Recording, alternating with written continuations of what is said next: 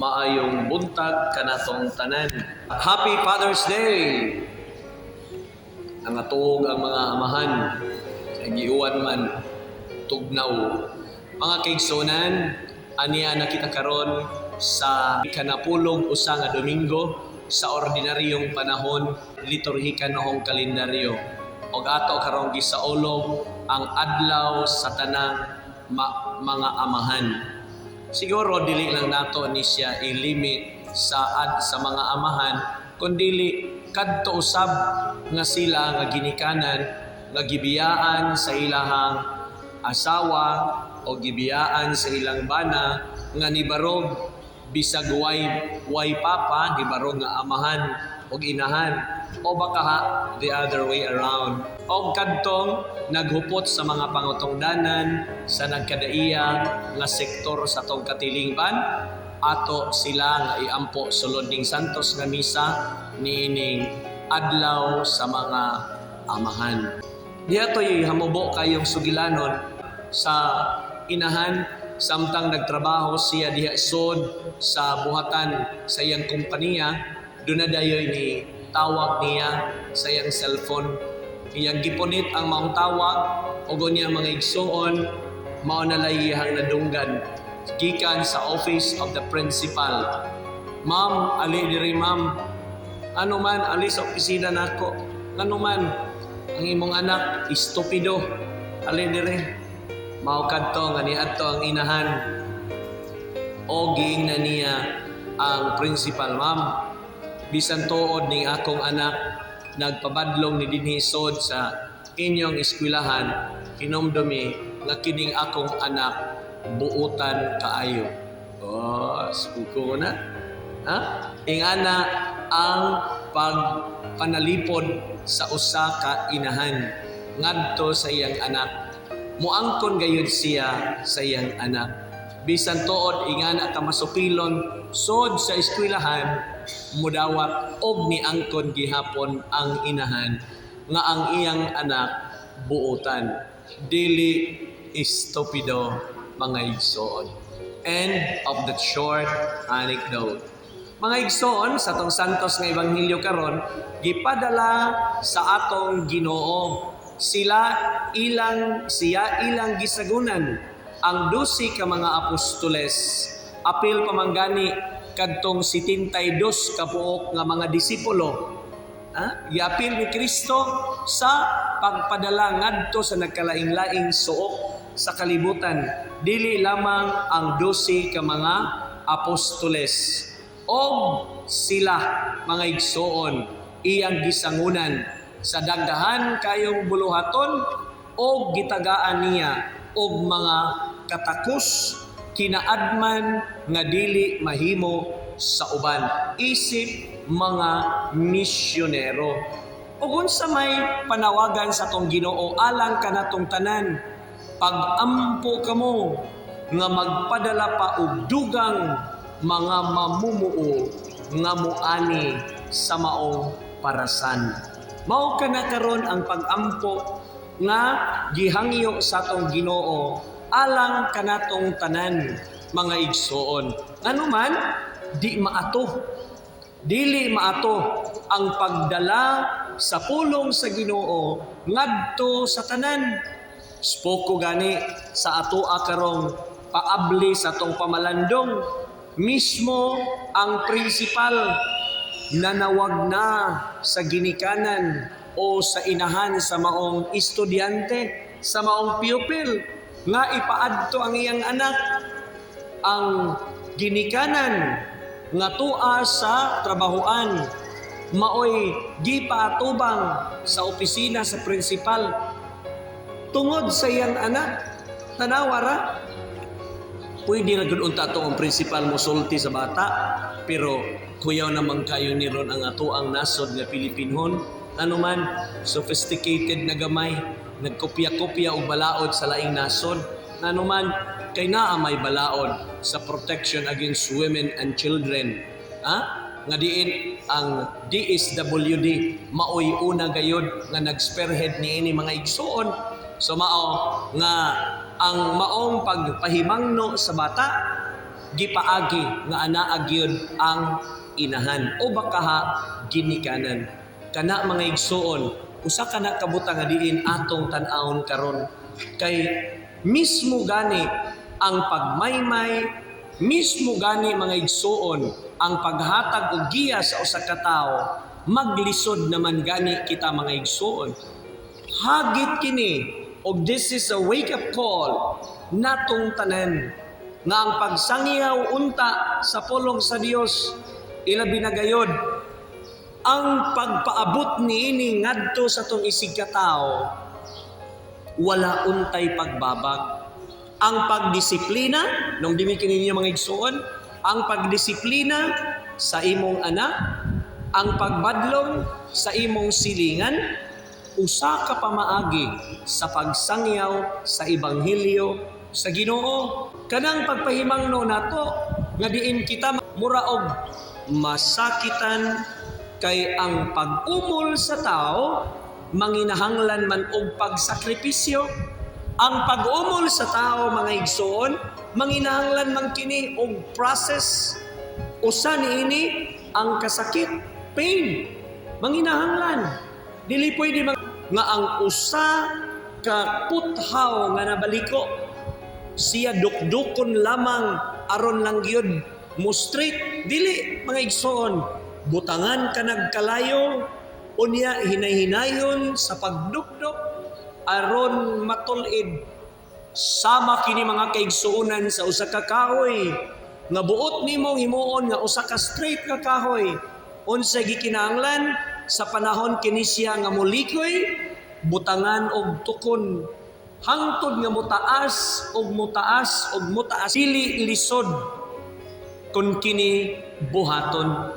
Nganong daghan man ang nagkalisod, una sa tanan wa man buhata. Ikaduha, nganong daghan ang naglisod sa paghimo niini, mahadlok.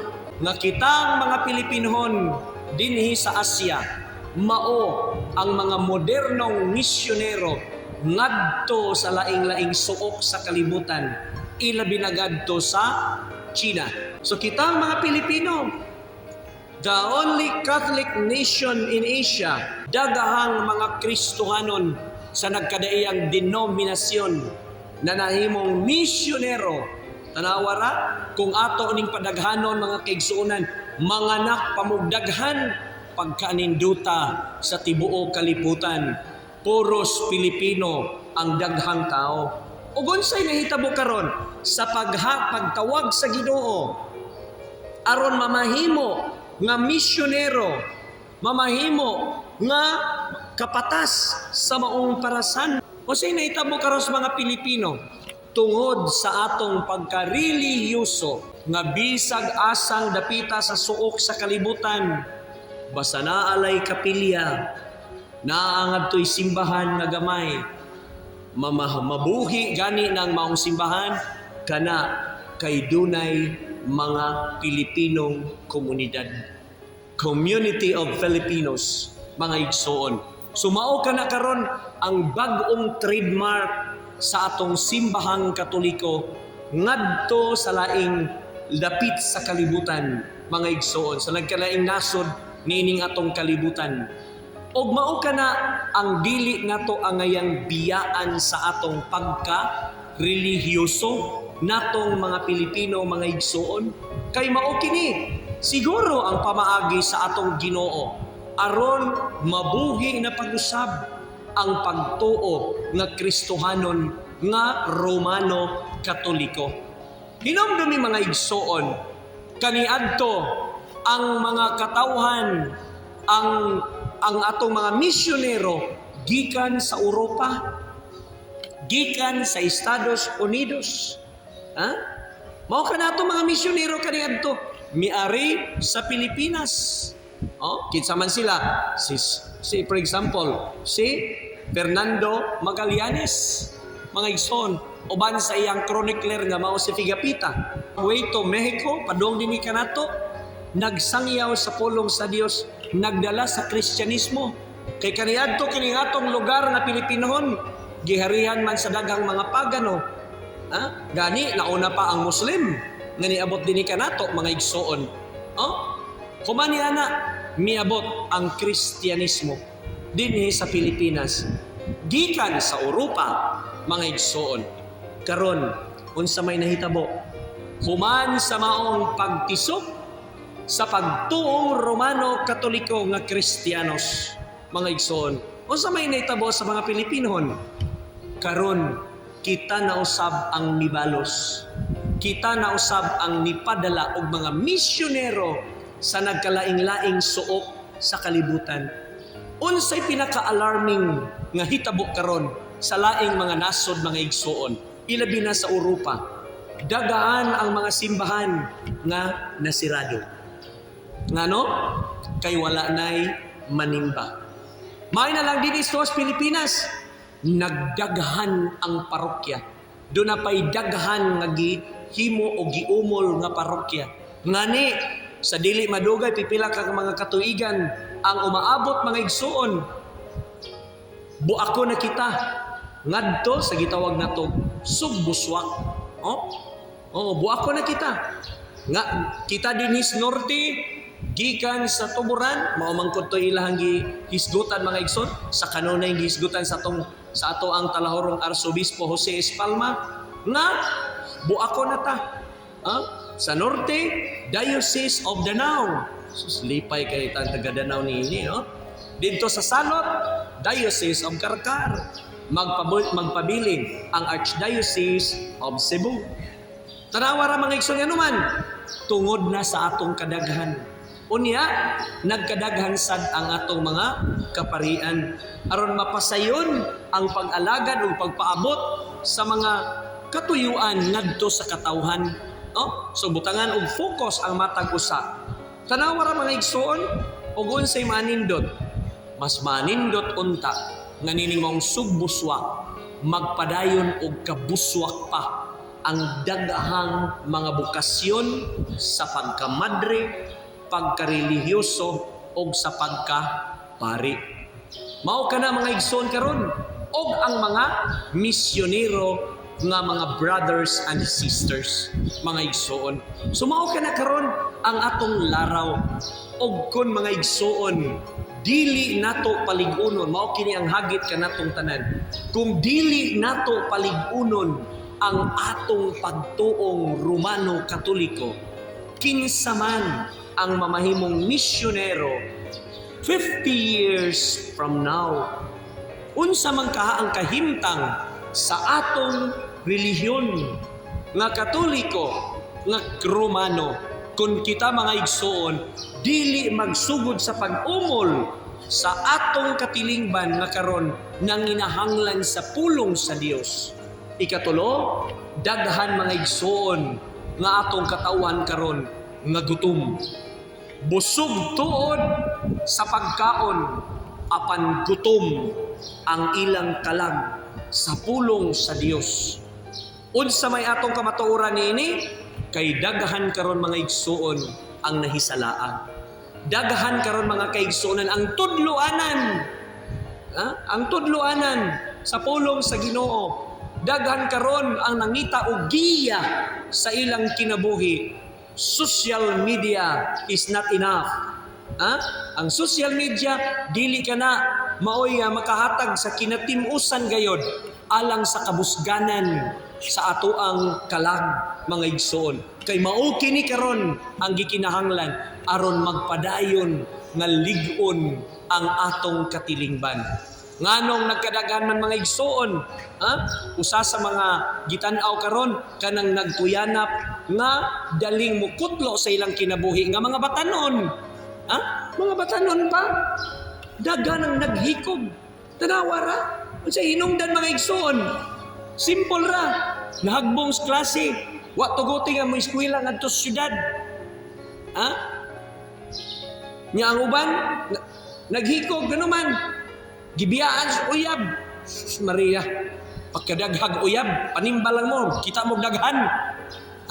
Lapit taga Mitsomi dire. Force live yapon mo. So mao na mga igsoon. Mao ka nagbutang karon nga atong tan-awon sa atong katilingban.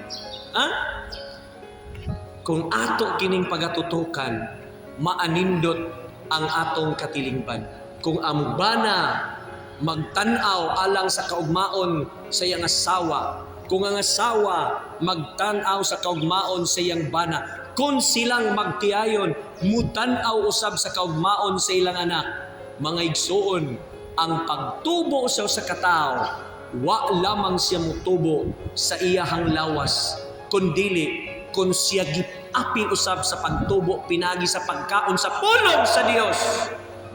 Do na gayoy dakong mahitabo nga kaugmaon ang atong katilingban.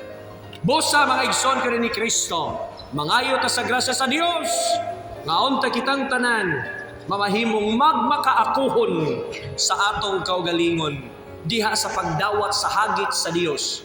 Ayaw kamo kahadlok, pag-adto sa laing-laing suok sa kalibutan, pangitaa kadtong mga nawalang karnero sa Israel, o tagai sila sa giya alang sa kaugmaon sa ilang kalag. Kini ang hagit alang kanatong tanan. Amen.